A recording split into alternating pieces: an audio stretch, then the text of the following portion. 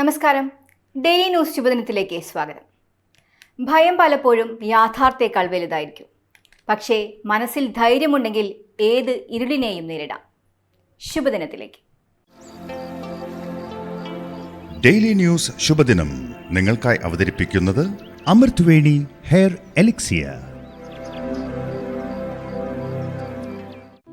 അമേരിക്കയിലെ ഒരു പടിഞ്ഞാറൻ ഗ്രാമം.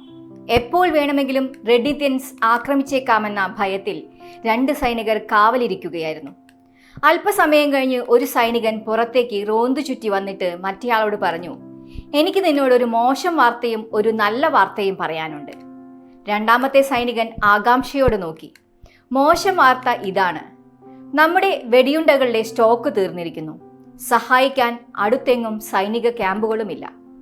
ഇത് കേട്ടതും രണ്ടാമത്തെ സൈനികൻ ഭയത്തോടെ വിറച്ചു. കാരണം ശത്രുക്കൾ ക്രൂരരാണെന്ന് അവൻ അറിയാമായിരുന്നു. വെടിയുണ്ടകളില്ലാതെ പോരാടേണ്ടി വന്നാൽ തങ്ങളുടെ അന്ത്യം ദാരുണമാകുമെന്ന ചിന്ത അവനെ തകർത്തു. അല്പനേരം കഴിഞ്ഞ് ധൈര്യം വീണ്ടെടുത്ത് അവൻ ചോദിച്ചു, അപ്പോൾ നല്ല വാർത്ത എന്താണ്? ആദ്യത്തെ സൈനികൻ ചെറുതായി പുഞ്ചിരിച്ചുകൊണ്ട് പറഞ്ഞു, ഇവിടെ അടുത്തെങ്ങും റെഡിത്യൻസ് ആക്രമണമുണ്ടാകില്ലെന്നാണ് വിവരം. അത് കേട്ടതും രണ്ടാമത്തെ സൈനികന്റെ മുഖത്ത് ആശ്വാസം നിറഞ്ഞു.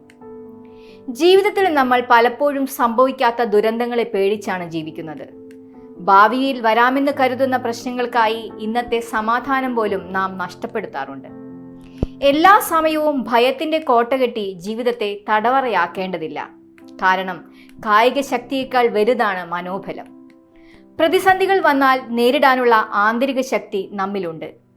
ഭയം പലപ്പോഴും യാഥാർത്ഥ്യത്തെക്കാൾ വലുതായിരിക്കും.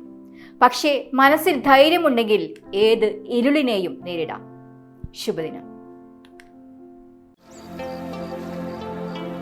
ഡെയിലി ന്യൂസ് ശുഭദിനം നിങ്ങൾക്കായി അവതരിപ്പിക്കുന്നത് അമൃത്വേണി ഹെയർ എലിക്സിയർ.